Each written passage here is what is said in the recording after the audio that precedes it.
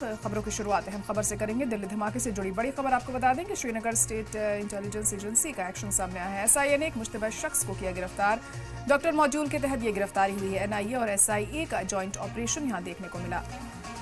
तो बड़ी और अहम खबर इस वक्त आपको बता रहे हैं दिल्ली धमाके से जुड़ी हुई, और इन धमाकों की जो जांच है वो लगातार जारी है। श्रीनगर स्टेट इंटेलिजेंस एजेंसी का एक्शन यहां देखने को मिला है। एसआईए ने एक मुश्तबह शख्स को गिरफ्तार किया।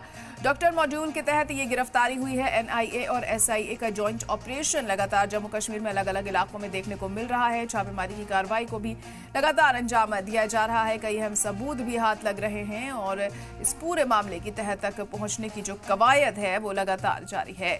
तो श्रीनगर स्टेट इंटेलिजेंस एजेंसी का एक्शन सामने आया। एसआईए ने एक मुश्तबह शख्स को गिरफ्तार किया है। अब पूछताछ इससे की जाएगी और कई अहम खुलासे इस शख्स के जरिए हमें देखने को मिल सकते हैं। इस पूरे मामले की जड़ तक पहुंचने में भी काफी मदद साबित हो सकती है, क्योंकि लगातार छापेमारी की कार्रवाई को अंजाम दिया जा रहा है जम्मू कश्मीर में भी अलग अलग इलाकों में।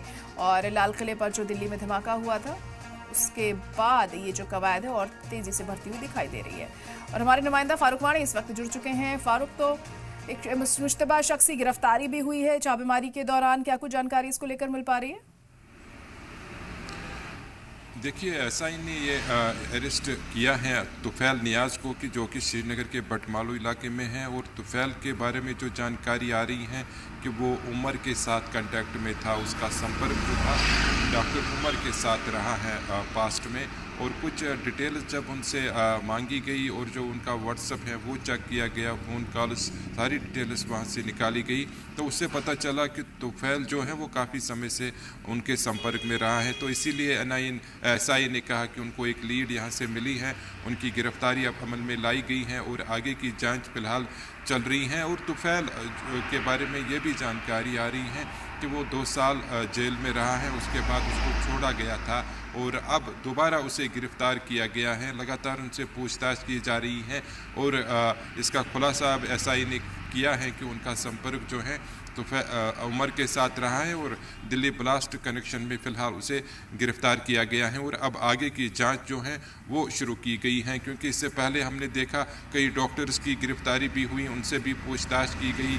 और इस सिलसिले में हमने देखा डॉक्टर एसोसिएशन के जो पूर्व अध्यक्ष रहे हैं उसकी बेटी को भी हिरासत में लिया गया। उसके बाद उसके बारे में भी जो जानकारी है वो यही आई कि वो अल-फलाह यूनिवर्सिटी के साथ उनका ताल्लुक़ रहा है। तो इस सिलसिले में जम्मू कश्मीर पुलिस जो है उन्होंने सर्च ऑपरेशन तेज़ किए। एसआई भी कई जगहों पर कुछ दिन से लगातार हम देख रहे हैं रेड कर रहे हैं, पूछताछ लोगों से की जा रही हैं। 1500 के करीब लोग उठाए गए थे जिनको पूछताछ चल रही हैं, उनमें से कईयों को रिलीज़ भी किया गया।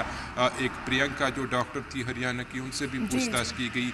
यानी तमाम चीज़ों को खंगाला जा रहा है जो दिल्ली ब्लास्ट से कनेक्टेड है। और फिलहाल ये जो गिरफ्तारी की गई है, यहाँ पुलिस अब आगे भी जांच करेगी और देखेगी कि क्या कुछ यहाँ से उनको और मजीद लीड मिल सकती हैं। तुफैल के साथ कितने लोग थे, कौन कौन से वो तत्व हैं जो इसके पीछे हैं, तो एसआईए इस मामले को अब देखेगी। जी बिल्कुल।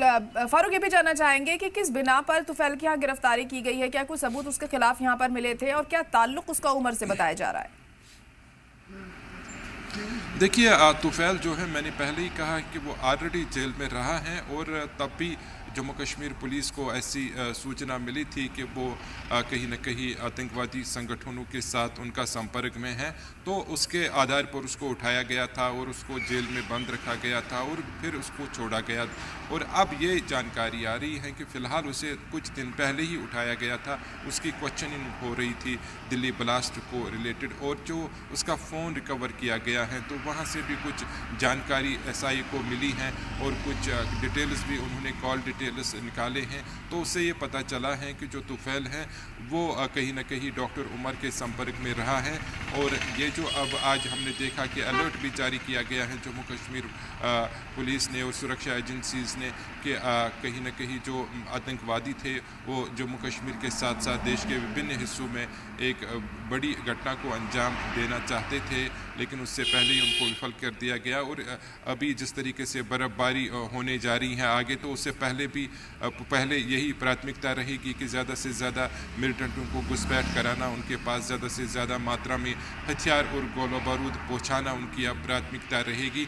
और इस सिलसिले में जो मीटिंग भी कहा जा रहा है सुरक्षा एजेंसीज के द्वारा जो POK में हुई है अक्टूबर में, तो उसमें कहा गया है कि ऑपरेशन सिंदूर का बदला जो है वो आतंकवादी अब लेंगे। तो उसी के तहत जो जैश मोहम्मद है, लश्कर हैं या फिर जमात इस्लामी के जो कार्यकर्ता या फिर जो उसमें लोग शामिल हुए, तो उसमें कहा गया है उनको खास डायरेक्शंस दी गई हैं कि ज़्यादा से ज़्यादा लगातार देखिए छानबीन भी जारी है और अगर इस तरह की कोई साजिश रची जा रही है जल्द से जल्द उसका खुलासा होगा और उसको लेकर कार्रवाई भी की जाए। ये बहुत अहम है। फिलहाल बहुत शुक्रिया फारूक सारी जानकारी के लिए।